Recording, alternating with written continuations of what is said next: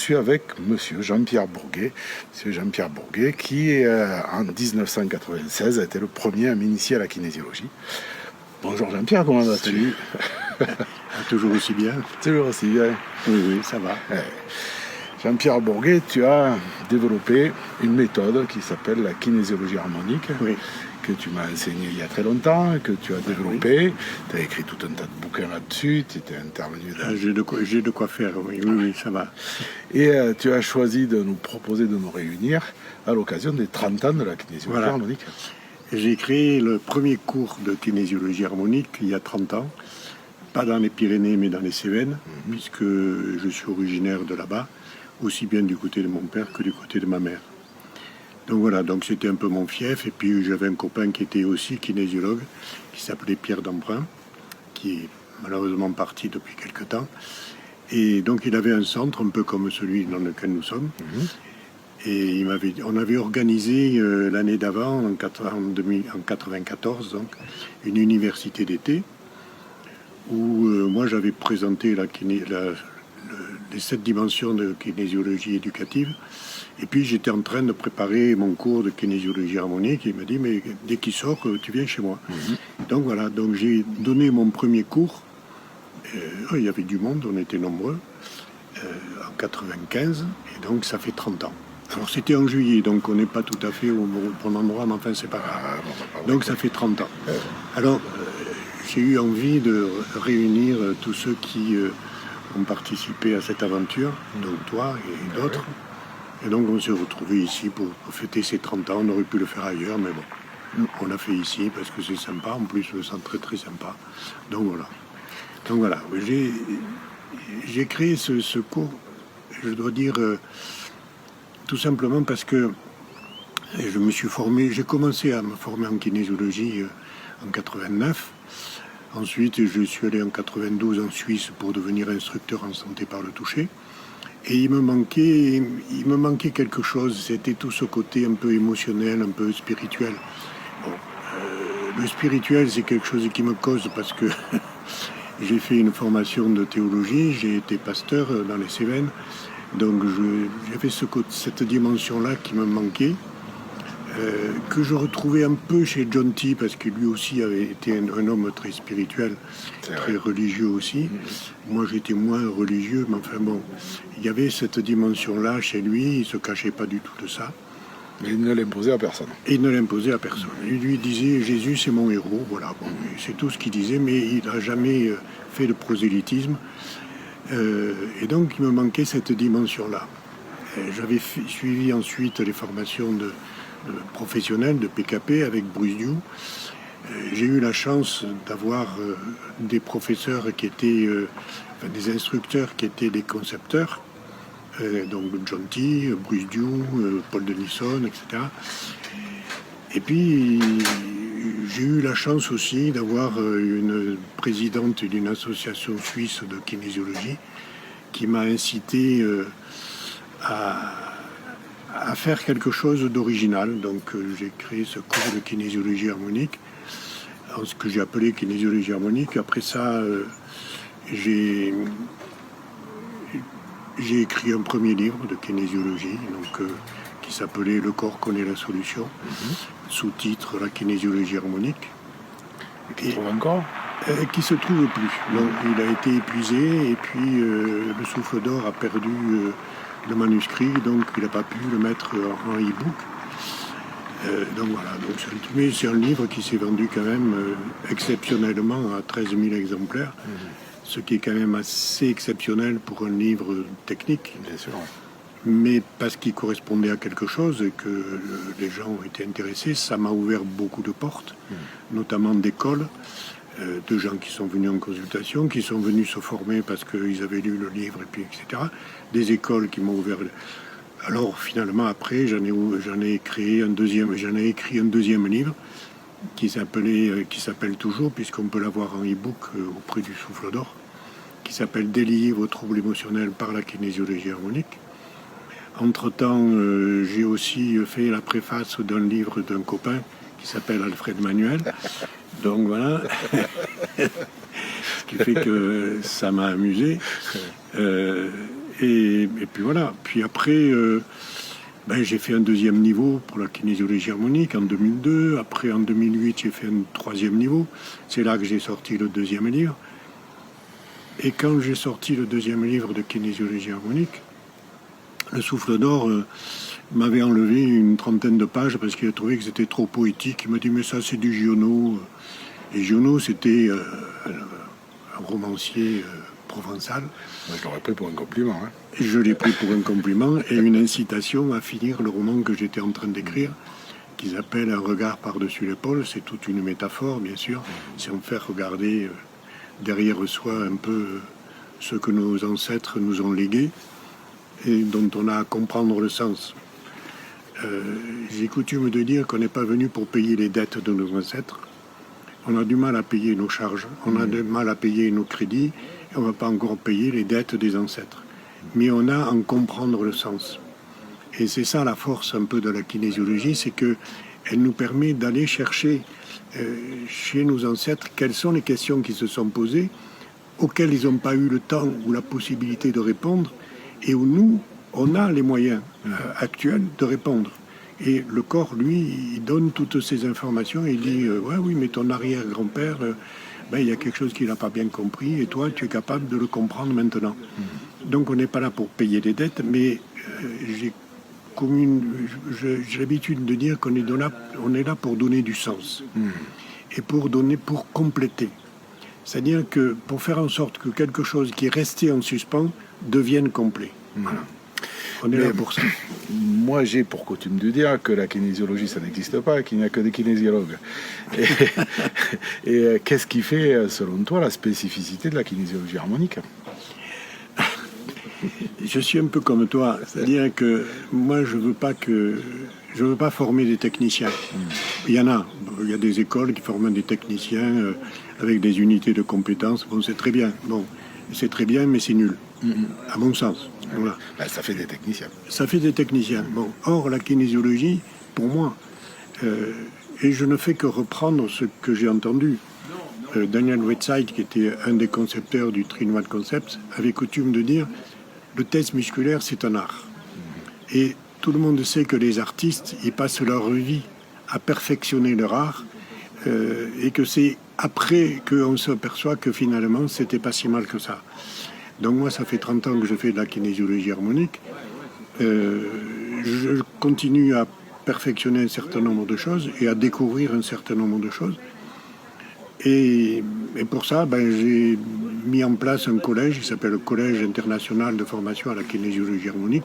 C'est très pompeux, voilà, bon, je le conçois. Mais avec ça, ça permet d'avoir 14 formateurs qui perpétuent cette méthode et qui permettent à des élèves de se former en France, en Belgique, en Suisse, etc. Bon, voilà. Et j'en suis très heureux. Bon. J'ai eu la chance de comprendre il y a 30 ans, enfin de comprendre. Bon, il y a 30 ans, je n'avais pas encore compris. Je l'ai compris au fur et à mesure que finalement j'étais dans le chemin où je devais être et que sur ce chemin-là, les choses se faisaient toutes seules. J'ai jamais prospecté d'école. J'ai écrit des livres, voilà. J'ai même écrit des romans. Voilà, parce que tous mes clients, ils m'ont donné des idées, ils m'ont raconté des histoires. Et moi, j'aime bien raconter des histoires. Donc, j'ai raconté des histoires dans mes romans. Il y en a 5 actuellement. Je vous le dirai tout à l'heure. Et puis, avec ça, ça me permet de développer une méthodologie pour se découvrir soi-même. Voilà. Être soi, c'est une aventure. Paulo Coelho dit notre légende personnelle, et j'ai coutume de dire que l'amour est une légende difficile à écrire. Certaines sont semblables, certaines légendes sont semblables, mais chacune est particulière. Et nous avons chacun à écrire notre légende et de faire en sorte que cette légende-là, elle ait comme moteur l'amour. Voilà, parce qu'il n'y a que ça. Le seul moteur qui peut aider les gens à vivre quelque chose d'agréable, malgré les difficultés dans lesquelles nous nous trouvons à l'heure actuelle, c'est de nous aimer. Même d'aimer nos hommes politiques, même s'ils sont un peu farfelus, mais parce qu'ils sont là pour diriger et pour donner des impulsions, même si on n'est pas d'accord, ça peu importe. J'avais un grand-père paternel qui était un saint homme, et pendant la guerre, il disait à son fils, qui lui avait posé la question, donc mon père, il lui a dit, mais Hitler. Et mon grand-père lui a répondu, je prie tous les jours pour lui. Donc, je ne sais pas ce qu'il disait dans ses prières, mais il priait pour lui. Peut-être pour l'inciter à penser un peu autrement que ce qu'il pensait, mais bon, peu importe. Mais c'est pas de faire de l'autre un ennemi, mais de faire un adversaire, peut-être, mais pas quelqu'un auquel il faut s'opposer. Il faut essayer de comprendre pourquoi les gens agissent de telle ou telle façon, pourquoi ils se comportent de telle ou telle façon, et de faire en sorte qu'à notre niveau, à nous, nous essayons de changer les choses. Je pense que si chacun de nous essayons d'être amoureux de nous-mêmes et amoureux des autres, il y a bien des conflits qui seraient dissipés. Dans mon premier livre, La kinésiologie harmonique, enfin le corps connaît la solution, j'ai écrit un conflit, une certitude de souffrance, et un défi est une promesse d'amour. Et je crois que nous devons faire de nos conflits, d'en faire des défis. Et là, les choses deviennent différentes. Et des expériences, et des apprentissages, et des opportunités d'évolution. Exactement. Mais bien sûr, moi, tu seras probablement d'accord avec moi, la formation en kinésiologie, c'est d'abord un chemin de connaissance de soi. Oh, tout à fait, tout à fait. Pour ensuite accompagner l'autre dans la connaissance de lui-même. Et voilà, depuis tout ce temps, tu as dû former beaucoup de monde déjà. J'ai perdu le compte. J'ai donné des consultations pendant 19 ans. Et puis, l'âge de la retraite étant arrivé, j'avais mes 65 ans. Donc, j'ai fait valoir mes droits à la retraite. J'ai fermé mon cabinet, mais j'ai continué à faire des formations. Et j'en donne encore. Bon, pas beaucoup, mais je me suis un peu limité puisque j'ai tous ces formateurs du collège qui donnent les cours à ma place. Donc moi, j'en ai gardé quelques-uns, tout ça pour me faire plaisir parce que ça m'amuse. Je sais que, parce que je tenais un registre, je sais que j'ai eu à peu près 3700 clients, ce qui fait à peu près, si on compte 3 séances par client, c'est à peu près ce qu'il y a en kinésiologie. J'ai dû faire à peu près 1100 consultations dans ma carrière, plus toutes les formations que j'ai données. Bon, à une époque, j'avais vraiment... je passais la moitié de mon temps en formation et la moitié de mon temps en consultation. Voilà. Et aujourd'hui, avec tout ce recul, qu'est-ce que tu souhaiterais à la kinésiologie harmonique, d'une part, et à la kinésiologie de façon plus générale ? Alors, la kinésiologie harmonique, j'ai réglé la solution puisque j'ai monté ce collège, dont je suis co-président avec Maria Ganivet et Sonia Lobréon. Nous sommes 14 conseils d'administration, 14 formateurs. Je me suis calqué sur ce qu'avait fait Jonty avec le collège international de l'IKC. Donc voilà, j'ai copié. Moi, j'ai pas inventé, j'ai copié, c'est tout. Mais on est tous des copistes, donc voilà, c'est très bien. C'est vrai. Et puis on peut avoir aussi une forme d'originalité. Pour moi, si vous voulez, mais ça, bon, c'est mes petits restes de théologie. Et je dis, nous sommes tous des copistes. Et il y a un créateur, un point, c'est tout. Après, on a copié. De génération en génération, on copie un certain nombre de choses, on les améliore, on les transforme. Donc moi, j'ai copié ceux qui m'ont formé en kinésiologie.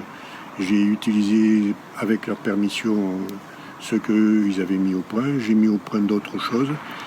Je pense que l'avenir de la kinésiologie, c'est un peu à chaque kinésiologue à faire en sorte de développer ses propres outils.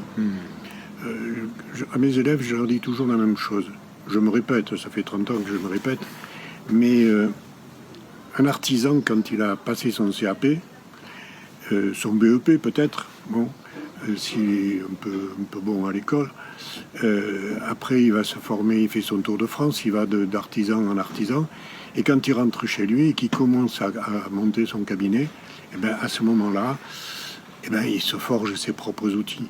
Bon, il construit son établi, il forge ses outils, il installe son atelier, et puis voilà.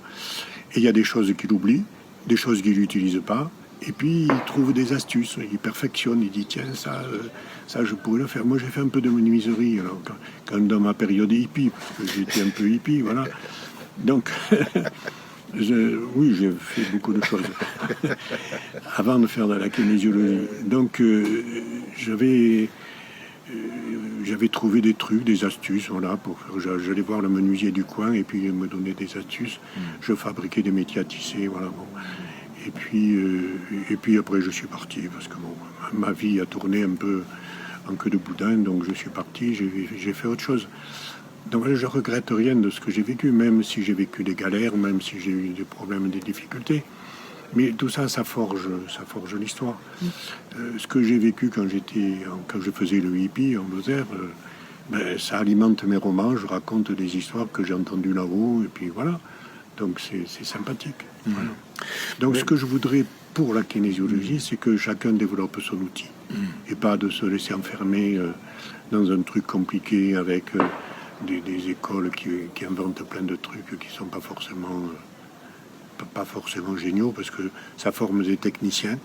Or, un technicien, c'est pas un poète. Voilà, ça c'est mon avis. Maintenant, je n'engage que moi, mais je pense que toi tu le partages. Ah, c'est un livre de Sepulveda, il raconte ça, où ce sont des gauchos qui se retrouvent au milieu de la pampa et qui racontent des histoires, et puis il y en a un qui arrive et il leur dit, est-ce que je peux vous raconter une histoire?